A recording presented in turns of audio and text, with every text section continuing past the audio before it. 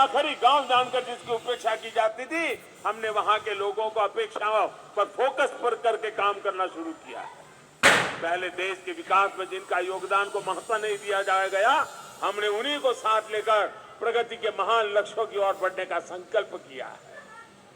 हमने पहाड़ की उन चुनौतियों का हल निकालने की कोशिश की है, जिससे जूझने में वहां के लोगों की बड़ी ऊर्जा व्यर्थ हो जाए, वो हमें मंजूर नहीं है। हमने हर गांव तक बिजली पहुंचाने का अभियान चलाया, जिसका बहुत बड़ा लाभ मेरे पहाड़ के भाई और बहनों को मिला। मुझे यहाँ गांव की सरपंच माँ एक बहन से मिलना हुआ। मैं पूछ रहा था शौचालय बन गए? अरे बोले साहब बन गए। मैंने कहा पानी पहुंच रहा है? बोले पाइप लग रही है। इतनी चेहरे पर खुशी थी, अपने गांव में काम होने का आनंद था। उनके सरपंच महिला थी, बड़े गर्व से मुझे बता रही थी। हमने हर घर जल का अभियान चलाया, जिसकी वजह से आज उत्तराखंड के 65% से ज्यादा घरों में पाइप से पानी पहुंच चुका है। हमने हर पंचायत को ऑप्टिकल फाइबर से जोड़ने का अभियान चलाया, जिसकी वजह से उत्तराखंड के कोने कोने में आज डिजिटल कनेक्टिविटी पहुंच रही। मैं आज देख रहा था, इनके वे भी ऑनलाइन पैसे ले रहे थे, डिजिटल फिनटेक। मैं जरा हमारे पार्लियामेंट में कुछ बुद्धिमान लोग बैठते हैं, उनको बताना चाहता हूं कि मणा आई है, मणा। ये मेरे माणा में देखिए 8वीं कक्षा भरी हुई मेरी माँ बहने डिजिटल पेमेंट ले रही है। पेटीएम ऐसा लिखा हुआ है, क्यूआर कोड लगाया है अपने माल के सामने। ये ताकत मेरे देश की मुझे माणा गांव के लोगों के पास देख करके और गर्व हो रहा है। हमने गांवों में हेल्थ और वेलनेस सेंटर खोलने का अभियान चलाया, जिसकी वजह से आज गांव के पास चिकित्सा की सुविधा पहुंच रही है। इन अभियानों का बहुत बड़ा लाभ हमारी माताओं, बहनों, बेटियों को हुआ है। एक संवेदनशील सरकार, गरीबों का दुख दर्द समझने वाली सरकार कैसे काम करती है, ये आज देश के हर कोने में लोग अनुभव कर रहे हैं।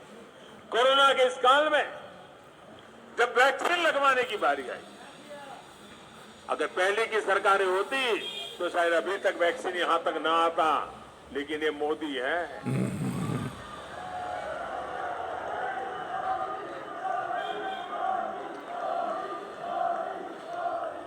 मैंने कहा कोरोना जाए उसकी ज्यादा तेजी से मुझे वैक्सीन पहाड़ों में ले जानी है, और मैं सरकार को बधाई देता हूं। मेरे उत्तराखंड और मेरे हिमाचल 2 प्रदेशों ने सबसे पहले वैक्सीनेशन का काम पूरा कर दिया भाई। इस वैश्विक महामारी में लोगों को भूखमरी का शिकार ना होना पड़े, बच्चों को कुपोषण का शिकार ना होना पड़े, इसके लिए हमने प्रधानमंत्री गरीब कल्याण अन्न योजना शुरू की।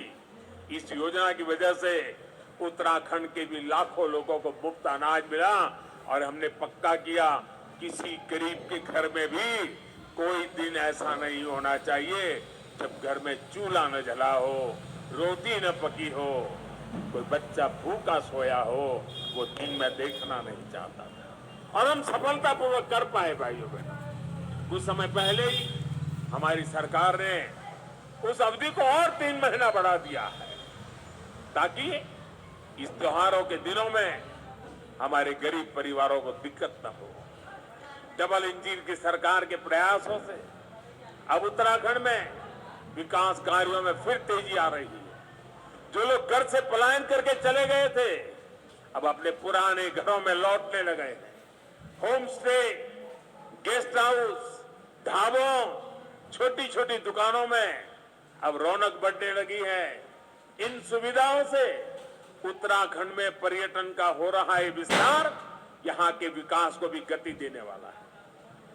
मुझे खुशी है कि डबल इंजन की सरकार यहां के युवाओं को होम स्टे की सुविधा बढ़ाने के लिए, युवाओं के स्किल डेवलपमेंट के लिए निरंतर आर्थिक मदद दे रही है। सीमावर्ती क्षेत्रों से युवाओं को एनसीसी से जोड़ने का अभियान भी यहां के युवाओं के उज्जवल भविष्य के लिए तैयार हो रहा है। पूरे देश में सीमावर्ती क्षेत्र में जो अच्छी स्कूल होगी, अब एनसीसी हम वहां चलाएंगे। अहमदाबाद, मुंबई, चेन्नई, वहां एनसीसी 75 साल चली, अब एनसीसी चलेगी इन गांवों में। मेरे गांव के बच्चों को मिलेगा लाभ।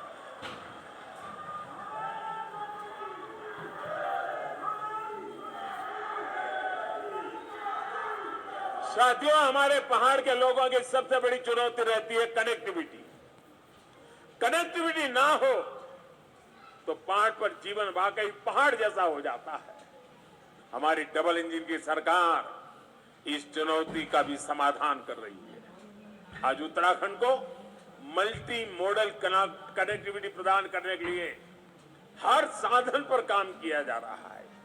हिमालय की हरी भरी पहाड़ियां पर रेलगाड़ी की आवाज उत्तराखंड के विकास की एक नई गाथा लिखेगी। देहरादून एयरपोर्ट भी अब नए अवतार में सेवा दे रहा है। अभी मैं हिमाचल प्रदेश गया था, वहां मैंने वंदे भारत ट्रेन शुरू की और मुझे कईयों ने बताया कि हमारे यहाँ 2-2 पीढ़ी पहले की जो उम्र के लोग हैं, ऐसे गांवों में हर गांव में लोग हैं जिन्होंने अभी तक रेल नहीं देखी है, और आप हमारे हिमाचल में वंदे भारत ट्रेन ले आए।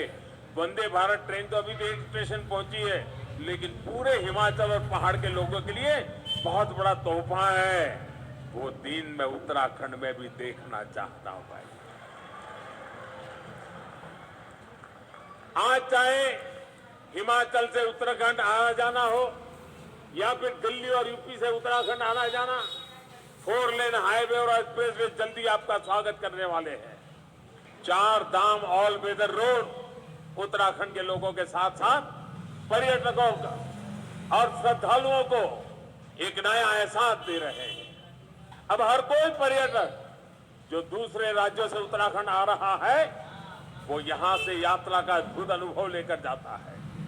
दिल्ली देहरादून इकोनॉमिक कॉरिडोर से दिल्ली देहरादून की दूरी तो कम होगी, इससे उत्तराखंड के उद्योगों को भी बढ़ावा मिलेगा। भाई और बहनों, आधुनिक कनेक्टिविटी राष्ट्र रक्षा की भी गारंटी होती है। इसलिए बीते 8 सालों से हम इस दिशा में एक के बाद एक कदम उठा रहे हैं। कुछ साल पहले हमने कनेक्टिविटी की 2 बड़ी योजनाएं शुरू की थी, एक भारतमाला, दूसरी सागरमाला।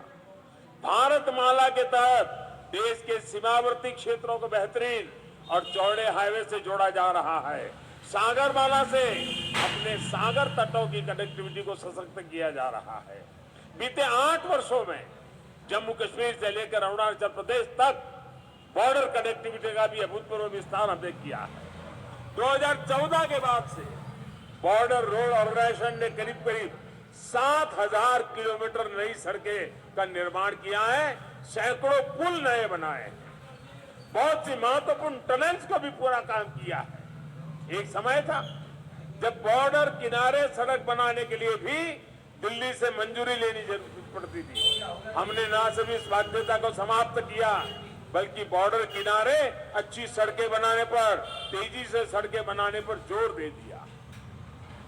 अब पहाड़ी राज्यों की कनेक्टिविटी को और बेहतर बनाने के लिए हमने विशेष तौर पर, जैसे सागरमाला है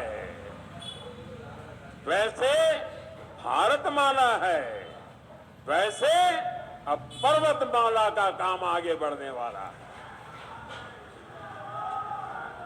इसके तहत उत्तराखंड और हिमाचल में रोपवे का एक बहुत बड़ा नेटवर्क बनना शुरू हो चुका है। हमारे यहाँ जब हम बॉर्डर की बात सुनते हैं तो यही मन में आता है कि वहां सिर्फ फौजी साथी होंगे, बाकी सब वीरान होगा। लेकिन इस धारणा को भी हमें बदलना है और धरातल पर इसको हमें बदलते रहना है। हमारे बॉर्डर के गांवों में चहल पहल बढ़नी चाहिए, वहां विकास जीवन का उत्सव बनना चाहिए, ये हम प्रयास कर रहे हैं। और हम तो कहते हैं जो कभी गांव छोड़ करके गए हैं उनको अपने गांव वापस लौटने का मन कर जाए, ऐसा मुझे जिंदा गांव खड़े करने हैं। और मैं कह रहा हूं ऐसा नहीं, मैं करके आया हूं। गुजरात के अंदर पाकिस्तान की सीमा पर आखिरी गांव है कच्छ के रेगिस्तान में धोरडो। आज धोरडो बहुत बड़ा टूरिस्ट सेंटर बना हुआ है, लाखों लोग हर साल आते हैं, वहां के लोगों के लिए करोड़ों रुपए का व्यापार होता है। आखिरी गांव को जिंदा कर दिया, उसके कारण पूरा इलाका जिंदा हो गया। अभी मैंने पाकिस्तान की सीमा पर गुजरात का एक दूसरा इलाका है रेगिस्तान में, नाला बेट एक तीर्थस्थान था। नाला बेट की जगह पर एक माँ का स्थान था, वहां बहुत बड़ा स्थान बना दिया। और अभी उत्तराखंड के अफसरों को मैंने भेजा था, जरा देख के आइए क्या माणा के आसपास हम ऐसा कुछ कर सकते हैं क्या। मैं सोच रहा हूं, मैं बॉर्डर के गांवों में कुछ न कुछ होना चाहिए दिमाग में खपाए बैठा हूं, और इसलिए मैं आज आया हूं क्योंकि मैं उसको जरा और बड़ी बारीकी से समझना चाहता हूं। और यहां माणा से माणा 5 तक जो सड़क बनेगी, उससे मुझे पक्का विश्वास है टूरिस्टों को आने जाने के लिए एक बड़ा नया युग शुरू हो जाएगा। लोग बद्री विशाल से वापस नहीं जाएंगे जब तक माणा पास नहीं जाते, वापस नहीं जाएंगे। वो स्थिति में पैदा करके रखूंगा भाई। इसी प्रकार जोशीमठ से मलारी सड़क के चौड़ीकरण के सामान्य लोगों के साथ ही हमारे फौजियों के लिए भी बॉर्डर तक पहुंचना बहुत आसान होगा। भाई और बहनों, हमारे पहाड़ी राज्यों की चुनौतियां भी एक जैसी है। विकास की आकांक्षाएं भी बहुत प्रबल है। विशेष रूप से उत्तराखंड और हिमाचल तो भूगोल और परंपरा के हिसाब से भी एक दूसरे से कई मामलों में जुड़े हुए हैं। एक गढ़वाल है और उत्तरकाशी के देहरादून के उस तरफ आपके शिमला और सिरमौर आ गए। जौनसार और सिरमौर के गिरिपार में तो अंतर करना भी कोई बहुत मुश्किल होता है। मैं तो अभी हिमाचल के अनेक क्षेत्रों में जाकर आया, वहां उत्तराखंड की बहुत चर्चा है। हिमाचल वाले कह रहे हैं कि जिस प्रकार उत्तराखंड ने तेज विकास के लिए, धरोहरों आस्था के स्थानों को विकास के लिए, बॉर्डर और पहाड़ी क्षेत्रों की सुविधा बढ़ाने के लिए डबल-इंजन के सरकार को दोबारा ले आए हैं, वही मंत्र हिमाचल को भी प्रेरणा दे रहा है। मैं उत्तराखंड को फिर विश्वास दिलाता हूं कि आपकी आशा व आकांक्षाओं को पूरा करने के लिए हमारी मेहनत कभी कम नहीं होगी। मैं बाबा केदार और बद्री विशाल से इस जन विश्वास पर खरा उतरने का आशीर्वाद मांगने भी यहां आया हूं। एक बार फिर विकास के लिए, विकास की परियोजनाओं के लिए मैं आप सबको बहुत बहुत बधाई देता हूं। और इतनी बड़ी तादाद में आप आशीर्वाद देने आए, माताएं बहनें आई। शायद आज घर में कोई नहीं होगा, छोटा सा माणा आज पूरा यहां माहौल बदल दिया है। मैं कितना भाग्यवान हूं जब ये माताएं बहनें मुझे आशीर्वाद दी।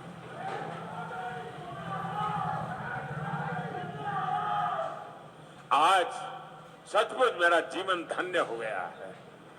मैं दीपावली की आप सभी को अग्रिम शुभकामनाएं देता हूं, और मैं आपके उत्तम स्वास्थ्य के लिए, आपके बच्चों की उत्तम प्रगति के लिए बद्री विशाल के चरणों में प्रार्थना करते हुए मेरी वाणी को विराम देता हूं। मेरे साथ पूरी ताकत से बोलिए, भारत माता की, भारत माता की, भारत माता की जय बद्री विशाल, जय बद्री विशाल, जय बद्री विशाल, जय बाबा केदार, जय बाबा केदार, जय बाबा केदार।